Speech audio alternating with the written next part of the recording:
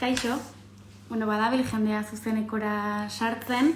Ongi etorri guztioi, Arnasagara ekimenaren baitan antolatutako zuzeneko elkarrezketa honetara. Aurkezpenarekin jarraitu baino lehen, gure lehenengo gonbidatua batuko ez zuzenekora, Antxon Telleria dazik hanbarko luke segundu gutxi barru.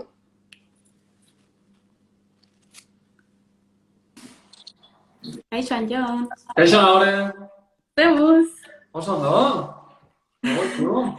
Espaldiko. Bai. Pokazen hasteko ja aurkezpentxo txiki bat ingo dugu.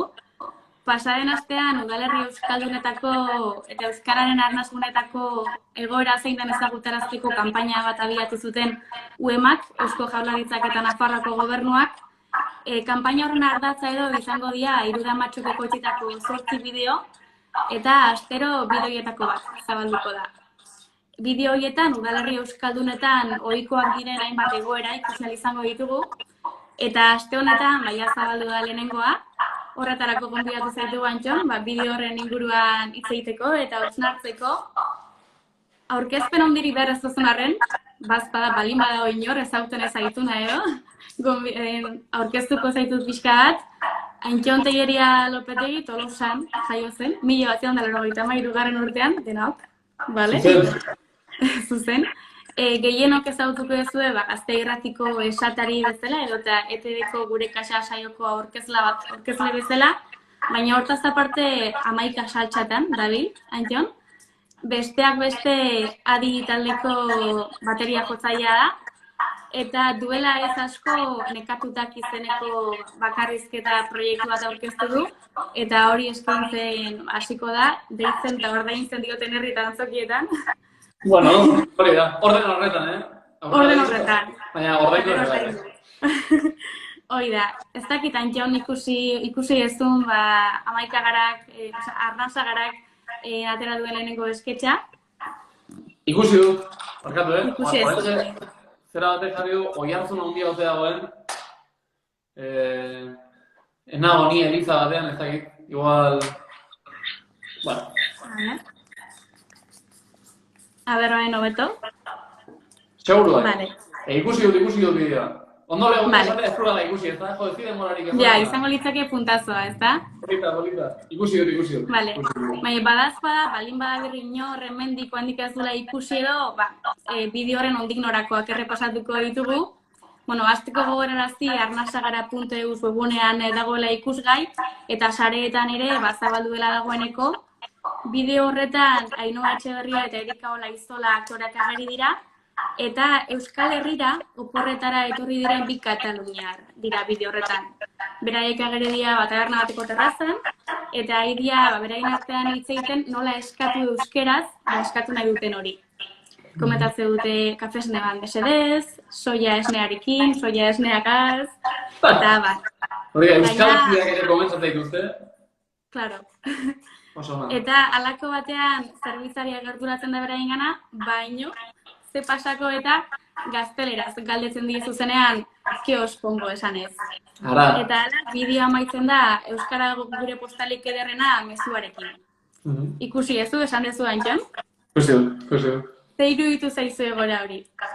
Azteko eta behin esan barra daukat, Ainhoa Etxeberria eta Erika biak ezagutzen ditu dalako, ez dela, pentsatuko nuke Kataluniakoak direla, eta Katalunia izun zarra gainera. Oso ondo menderatzen dutelako Kataluniera, edo katalana zalantzarik gabe. Gustatu zen bideoa, eta egia da, identifikatzen zarela, ez da horrelako egoera batean jarrita. Niri bereziki, burura etorritzailean lehendabiziko ideia izan da, hizkuntza txikixiagoak edo hitz egiten dugunok daukagun edo izan dezakegun empatia puntu hori eta oso positiboa egiten zaize. Sentsazio hori bat, beti esan izan digutela, gure ama hizkuntza alako eta alakoa da, txikixamarra eta beti apaltasun hortatik ezagutu izan dugu hizkuntza eta nik uste horri esker ikasi dugula bai euskaldunok eta bai katalanek ere, eurea potentesiagoa den arren, atzerira joan dakoan, keinu polita dela, ez da? Egokitzea eta pixka bat moldatzea, zoazen leku hortako egoera da, eta bar. Eta, gero dago paradoja hori, ez da? Beraiek egin dute esfortzua, etorri gira Kataluniatik Euskal Herrira, saiatu dira egokitzen, euskalkia bera ere errespetatzen saiatu dira, eta gero bertako den zerbitzariak, ez du horren laurdenik ere egin, ez da? Eta alde batetik dago empatia hori, eta bestetik dago nire pantalla, geroz eta okerrago dagoena, ea ondo zuzentzen duen, ados. Esan barruan hori, batetik dagoela empatiaren kontua, eta bestetik, hizkuntza nagusiagoak edo hitz egiten dituztenen aldetik, arrogantzi puntu hori, nolabait. Askotan igual ez erabat kontzientea, baina igual jendea hitzen da, nik horrela hitz egiten dut, hau da nire ama hizkuntza eta mundu guztiak ulertzen niri, ez da? Orduan, zergatik egingo dunik egokitzeko esfortzu hori eta. Iruditzen zait, esperientzia oso polita galtzen dituztela, ze oso polita beste leku batera joan eta beste hizkuntza bat ezagutzen saiatze hori. Batezu, empatia esan ditu bezala, gogoan daukazu anekdota zehatzen bat, bizi izan dezun antzeko egoeraren batean edo? Alde empatiko hortan jarrita, adibidez, nik Erasmusa egin nuen Lisboan, eta gogoan dut, Lisboara iritsi eta astebetera edo etorri zela anaia bizitan, eta gero, bueltatu nintzen eta kontatzen zuen, 5 egun zenera mazanan Lisboan, eta harrituta geratu nintzen, piperrik ere zenekiela portuguesez, baina ere mundu guztiarekin ari zinela edo, portugesa hitzekin nahian. Eta, esan dagoa, niretzat hori beti izan da asko disfrutatzeko moduak, gero badago jendea hizkuntzekin nabilda gutxiago duena, baina, iruditzen zait, leku batera joan da bertan ondo sustraituta dagoen jendea ezagutzeko eta bertara benetan bidaiatzeko eta leku bat benetan ezagutzeko errealitate hortara pixka bat ere gerturatu beharra dagoela. Orduan, alde empatiko hori gustatzen zaidalako ez da esfortzua niretzat, da disfrutatzeko moduko zerbait, alde hortatik bizitzan dut Lisboako egoera adibidez, eta bestea bera, hemen Euskal Herrian barrena ibili, eta euskeraz zerbait eskatuta bueltan bertakoa den norbaitek azeleraz erantzutearena, eguneroko ogia zu esango, pesimista eta kristau ere ez gara jarriko, baina presente dagoen zerbait bada. Bai, justu UEMak euskara eta turismoa uztartzeko kanpaina bat egin zuen pasaden udaran, bertatik bertara izenburukoen egin zuen kanpaina hori, eta bertan azpimarratzen zuen bertako produktuen eta herrien antzera, bertako hizkuntza ere bisitari harrera egiteko ezinbestekoa dela, ezta? Kezka agertu zuten halaber batez ere zerbitzuen sektorean eta herri turistikoenetan gertatzen dela hori, eta ondorioz euskara bigarren maila batean edo gelditzen dela. Tolosan eta Zumuiten zaren eremu eta inguruetan, sentitzen dezu ikusten dezu alakorik? Egia,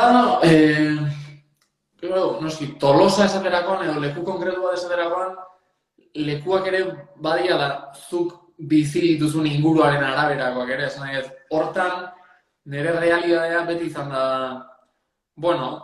salbuespen egoera bat edo badala esan honuke.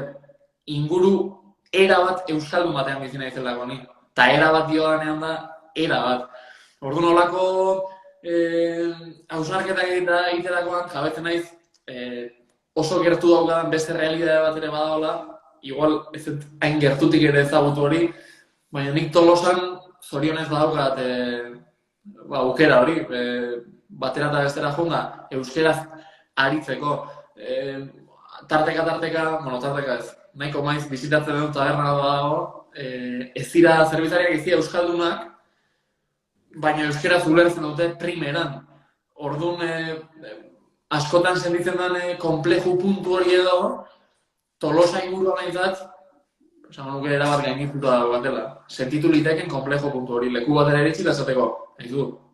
Hasiko naiz euskeraz, eta ikusiko egu gero zerra datorren, eta besteak euskeraz ez palegi, gaztelera zaritu ez da. Baina orogar esan nuke hortan, zortekoa banaizela. Salbuespenak ere badaude Tolosa, baina nire inguruola gertukoenean nahiko euskaldun da, euskaltzalea. Vale. Eta zergatik iruditzen zaizu, zerbitzu sektorearen beste aldean jarrita, jendeak hartzen duela jarrera hori, alegia zuzenean erdaraz zuzentzeko jarrera hori, bezeroak edo bisitariak ala nahiagoko duelakoan. Baita, oso paradogikoa aldi berean, lehen gaitu naiz horri buruz pixkat hausunan zen da, esaterako janari denda bat, ez da? Hemen Euskal Herrikoan janari denda bat, asko famatzen badalako hemengo gastronomia, eta badalako turistak erakartzeko faktore oso potente bat, etengabe azpimarratzen dute bertakotasun hori, eta denda hontan erosiko duzu eta dastatuko duzu nolabait Euskal Herria zer dan, ez da? Maila ekonomikoan edo nutritiboan nahi bali duzu, haidea Euskal Herria esaltzen. Babarronak eta piparrak eta sagardoa, baina aldi berean, maila linguistikoan haidea urdaiazpikoa saltzen. Espainian dagoen produktu izarretako bat, linguistikoki esan, gaztelela bera, ari dira saltzen euskal produktuekin batera, ez? Hor badago olako, kortozirkuito txiki bat eragiten du, ez da? Zenbateko indarra eta enfasia hortan, erosi eta konsumitu Euskal Herriko produktuak eta dastatu lurra ondo da baita, gero saltzeako garaian, hor ja ez gara euskera zariko, ez da? Eta nik uste badagoela hor, saltzaileen aldetik olako ardura puntu bat edo, preokupazio bat, sensazioa da, gaztelera salduko bat, seguronik gehiago salduko bat, ez da? Euskera salduko banu, nire irabaziak eta gutxituko dira. Eta hor, esan duke konfusioa da, hola. Badago jende bat noski, lehen aipatutako arrogantzia horren bidetik, sentitzen duna, ni Donostira jute bana izen da batera, hau Espainia da, eta nik gazteleraz tratua jasotzea mereziet, badago hola pentsatzen duen jendea, eta igual jende horrekiko, galera txiki batzuk izango dituzula, baina oroar, kanpotik etortzen den jendeak ezagutu nahi du beste leku bat. Ni jute banaiz Frantziara, ezagutu nahi dut, frantzesek lan nola ite duten, salmentan nola modatzeian, realidade hori ezagutu nahi dut, eta hemen aldi beren gertatzen dena, realidade hori ukatu egiten zaiola jendeen, nolabait. Etorri eta bertako produktuak, orain, zure realidade linguistiko hortara egokituko naiz, bestela igual azarretu imazeta. Nik uste marketing hortan, marka hori eta bertako produktua saltzearekin batera, hizkuntza ere saldu behar izatekela. Jendeak, noski, kasu askotan ez du ulertuko, baina piperpote bat badaukazu, karteltxoa euskeraz jarrita, jendeak ikusten du, hor piperpoto badagoela. Eta ez du esango, ulertzen ez denez, ez heterosiko, listo, banoa hemendik. Uste hortan, jendearen empatia hori ere eskatu garen nukela eta sustatu garen nukela. Utzi diazu bide perfektu aurrengo galderarako enten. Hora gari. Percepzio hori zena esan deguna erderaz mintzatzeko joera hori eta datuetara ekartzeko beharra sumatu zuen UEMak eta 2018 urtean inkesta bat egin zuen bisitariain batei Euskal Herriko udalerri euskaldun batzuetan. Inkesta horien emaitzak eta datuak harrigarriak izan ere adierazi zuen hizkuntza paisaiari dagokionez 95% eskertu egin zuela eta ondo konpondu zirela berrotuloak euskara hutsean topatu zituztenean. Ikerketa horretan, giltzarri izan zen bisitari horien jatorria zein zen jakitea. Izan ere, bisitarien laurden bat Euskal Herretik bertatik dator inguruko herrietara, beste laurden bat herrialde katalanetatik, beste laurden bat Espainiatik, eta besteak oro har beste herrialde batzuetatik.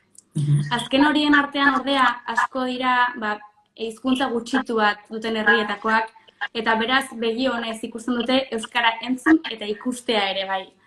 Horrek ondorio batera garamatza eta ondorio hori da euskara bisitari gehienentzat amu erakargarria dela. Horre guztiak ematen du zer pentsatua ez da? Bisitarien jarrera hori eta...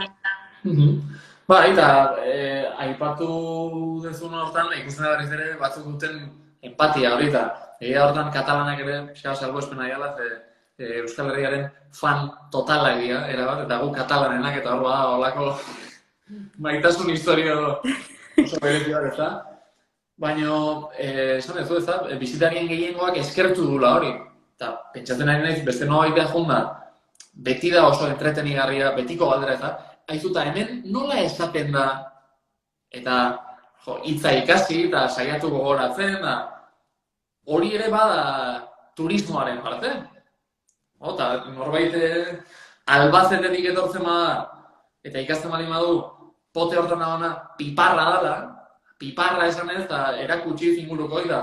Nik uste dut, hor ere bada, hola, bidaiatzearen plazer bat, eta jendeak datu egin ere argitu du gustora hartuko lukela, eta hemengo dendari asko ari esan ez.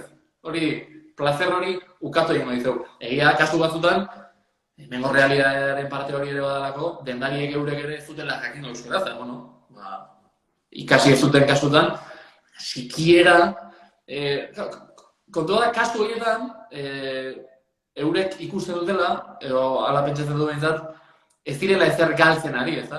Nik ez dakit euskara, baina jendeak ala jaso nahi ez duen ez ere, horrela ondo nago. Eta jende horrek ikusi behar dena, eta ikustarazi batzaina da, kasu ari direla galtzen aukera bat. Kontuz, zuk jakin ezagatik ere, igual, saiakeratxo bat egin da, dena dituzun produktuak itzuli eta ikasi, nola da gutxi gora bera, eta zuk ere erakutsi jendeari, ez da? Uste dut hori ikustarazi batzaila. Bai, Arnasagara kanpainaren beste ardatzetako bat, eta izena hortik gatok, arnasguneak dira. Ez dakit, iruditzen zaizun arnasguneen kontzeptua jendeak ezagutzen duela, edo oraindik oro har kontzeptu ez ezaguna dela arnasguneena. Esango nuke nahiko ez ezaguna dela. Nik anaiarekin batera bideo batzuk eta grabatu genituen, Muemako lagunak bizitan etorri ziren, da horren inguruan aritu gara, eta horrelako salsatan sartuta eta entzuten da. Baina nik horrelakoetan beti adibide modura edo erreferente modura jartzen dut kuadrilla. Nire kuadrillan badago irakaslearen bat eta denak dira oso bizkarrak noski, horiek izango dute arnasgunen berri, baina oro harrez horrela kontzeptu bat esango nuke bereziki ezaguna. Hori nire percepzioa da. Bale. Kanpaina hau sustatu nahi duten erakundeen hitzetan, batez ere gazteengana heldu nahi dute kanpaina honekin, haien hizkuntza ohituretan eragin asmoarekin. Zuk zeuk inguruan sentitzen duzu erdaretarako joera gero eta handiagoa dagoela edo uste duzu jarrera horiek ohikoagoak direla? Duela gutxi hemen Euskaraldiaren aurkezpena egin zenean da, orduntxe atera ziren neurketa batzuk eta argitu zen Tolosan erabilera datuak neurketak egiten hasi zirenetik onenak zirela, eta izan zen horako datu historiko bat, eta zentzu horretan, badaukagu motibo bat baino gehiago baikorri izateko eta bat. Ez dakit orain nire inguruan gaztei begiratu eta ikusiko nukeen alderik, garai batean joera gehiago zeugaten orain gutxiago. Nire iruditzen zait, eta hori da erronka eta zaila egiten duena, gazteari askotan, ni ere gaztean naiz, gazteei buruz bizkera, ez baina gaztetxoei, izango dugu nahi gauzu, iristen bazai zerbait, agindu modura, mehatxu modura ez dut esango, baina derrigortutako elementu modura, beti da joera hori baztertzekoa. Hor, egoera, benetan da komplikatua ze arduratuta gaude egoera horrekin, eta ulertarazi nahi dugu gaztetxoei, euskaraz hitz egingo badute, izango dituzela hemen inguruan hainbat abantaila eta ikusiko dutela eta ezagutuko dutela mundu polit bat, baina aldi berean ezin zaie hori edozein modutara esan, bazertzeko joera hori ere hor dago. Eta egia esan horren aurrean ez dakit zein den irten bidea. Kanpotik ikusita irakurketa hori bai, ezta? Kanpaina formalekin edo herri formalekin joan eta sustapen hori gaztetxoak sumatzen badu norbait ari zaite horrela konbentzitu nahian, behartu nahi nago honetara, badagoela beti pixka bat hori baztertzeko joera, ez da? Gero, betiko ibilbide hori, ez da? Jendeak halako errebelde aldi batean baztertzen du euskara, eta handik urte batzutara berriz ere bueltatzen da, esan du, jo, ze gertatu duten, gauza asko daude, eta ez dakit nire honek irten bidea zein. Horrelako kanpainekin lortzen dugu hor bide bat itea gazteekin, ez da? Instagramen, eta. Adibidez, bueno, bada pauso bat, Zabatzaria. Amaierara iristen nahi gea, eskerrik asko Anjon, gurekin egoteagatik, eta eskitonen inguruan hausnartzeagatik. Amaitu baino lehen, gogoraratu behar dugu, astero zozketa bat ere izango dugula zuzeneko elkarrizketa hauen ingurumarian, Euskarako aldizkarietarako harpidetza, eta Euskarako liburuak eta diskoak erosteko bono txartena izango da saria, eta horretarako hainbat pauso jarraitu behar dira sari hori lortzeko. Pauso horiek dira atxekin dute ematea esketxari, lehen esketxari, esketx hori bera storiesetan partekatzea abildua Arnasagara kontua aipatuz, Arnasagara profila Instagramen jarraitzea, parte hartzeko epe muga zozketarena ostegunean amaituko da 12etan, eta zozketaren irabazlea ostiralero jakina hasiko da. Eta zozketarena argituta, espero dugu jendea animatzea zozketara, eskerrak berriz zuri Anjon, sorte pila bat, nekatutak proiektu berriarekin, jungo naiz ikustera. Eta hurrengo astean beste gonbidatu bat ukiko dugu, zuk ez bat ezautzen gonbidatu hori, por cierto, oso ezaguna zuretzat. Jakin daiteken orden? Noski. Ez da nire anaia izango. Ez? Markatu? Moztu egin da? Ai! Norda? Aitziber Garmendia! Bombaka bate barrun eta moztu egin da. Aitziber Garmendia? Aitziber Garmendia. Egia, azken aldean, pasadugula 3 urteko bola bat astero etena belkarrekin, eta orain bakoitzak bere agenda... Claro. Aitziberen agenda kontutan hartuta, zaila dela. Aitziberrekin arnaztune bat topatzea, baina, Euskal Herriko aktoreriek honen. Muxu bat, Aitziber. Beste muxu bat, hemendik. Hori, eskerrik asko, eta hurrengo astean ikusiko gea hemen. Eta hori. Oso ondo, mi esker. Zuri, agur!